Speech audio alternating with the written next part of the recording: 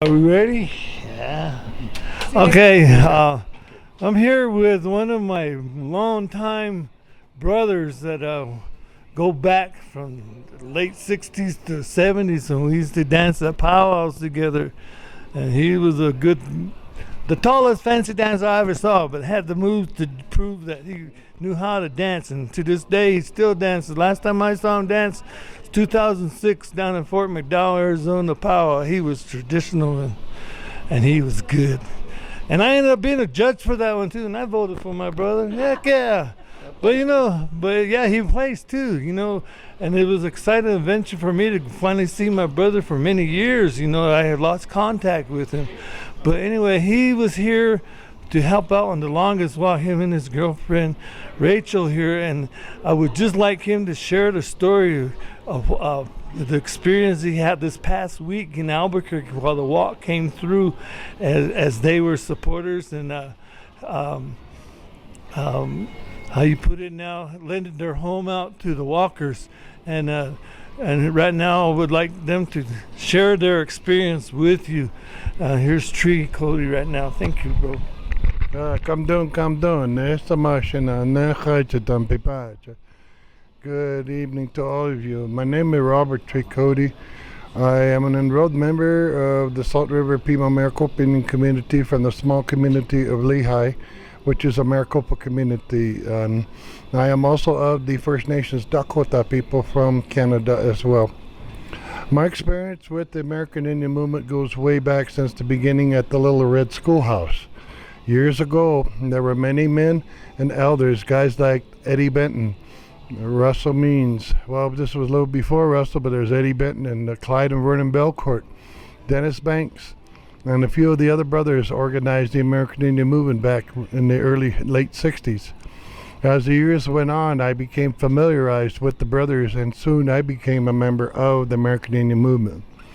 I did go to Washington, D.C. when we had the Bureau of Indian Affairs take over in the early 1970s when the BIA was taken over there. I helped drive the lead car into Washington, D.C. as we were approaching the White House. And then from there we went to this one church where they tried to put us up with, but we didn't want to be in. Thus was the result of us taking over the BIA building that year. At that time, I believe the Commissioner of Indian Affairs was Robert Bennett from the Oneida Nation. As the years went on, I eventually joined the brothers again in Tani during the takeover many years ago. And then through other fights that we had against the non-natives, we did a lot of fighting and bringing in the focus, the rights of our Native American people. As the years went on, I became a flute player, and I've won many awards for my music. And I though, did not forget my elders and my relatives of the American Indian movement. When I had heard the Longest Walk 5 was coming through the town of Bernalillo, my girlfriend decided that maybe we should get involved in trying to help with the long walk. And she also helped too as well, and I will let her tell her part in just a minute. But we did have a really good rapport with everybody in bringing in the people from all the people that helped out in the Longest Walk 5. And this is what my participation in the Longest Walk 5.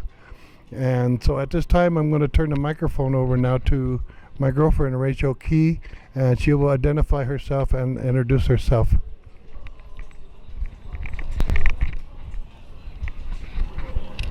Hi, my name is Rachel Key. I'm from the Pueblo of Santa Ana, known as Tamaya.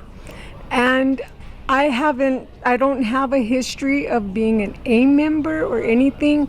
I remember growing up in Oakland, California, where I was raised for my whole childhood. My mom and dad are the ones who knew of this AIM movement, and they really supported it. And the way my mom and dad talked about it, that just made me feel like, oh my gosh, people are out there, that are crying for help, and we have people that are trying to help. That made me feel good. And then when we heard of this long walk coming through New Mexico, I got excited. And I told them, I said, I think we should try to get involved And it was Orlando Vigil, who is the coordinator of this whole walk. Him and Dennis Banks. He called me up and he told me that him and his group were gonna be coming by, coming through New Mexico, Bernalillo. And Bernalillo is just a little town like 5 minutes away from where I live.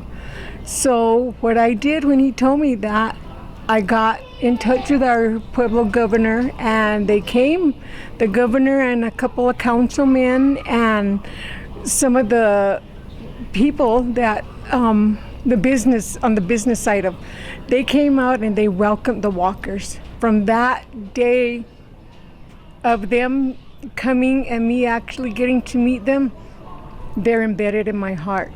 These people, they're sacrificing their whole body, their soul, their mind. And this is not just a walk. It's also to clear themselves. You know, they need to find themselves. And that's what they're doing. As they go from community to community, that's how they get to share their stories, and they get to know more about themselves, what they've seen, how they've changed since this walk. And the stories, the people that I've met through this longest walk 5 are unbelievable. They are so strong-hearted, so compassionate about what their meaning of this walk is for. And I really do. I give them high praise for what they're doing. And I opened my home to them. When they came over, the day they left Bernalillo, Dennis Banks himself told me, I have new family in Tamaya. And I said, you sure do. And you know, everybody is welcoming us to their homes when all this is over. We got invited to go to San Diego. We got invited to go to New York, Las Vegas, just various places. And I think I'm gonna hit up all those people. But you know, this walk is also opening my eyes to a lot of things, a lot of issues the Native people are dealing with. And if there's anything I can help with, I will. Even just a voice, just to say how you feel, bring out your problems. It'll be heard. Might not happen the next day, you know, what we're looking for or what we're fighting for, but it will happen. It will happen. And, you know, just today again, I got up there and I almost started crying because, you know, like I said, this is going to be the last time I see my friends again for a while. So it brought tears, emotions, a lot of joy to see them again. You know, it was just the other day, Tuesdays, when they left, but yet it seemed like a long time that I didn't see them. And, you know, just to see them put a smile on my face made my heart happy. So just knowing what they're doing, I am so proud of them. I am very proud.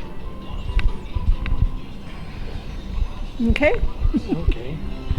Well, thank you, Rachel. That was very strong words of knowledge that you're carrying among you and sharing with all the walkers, you know.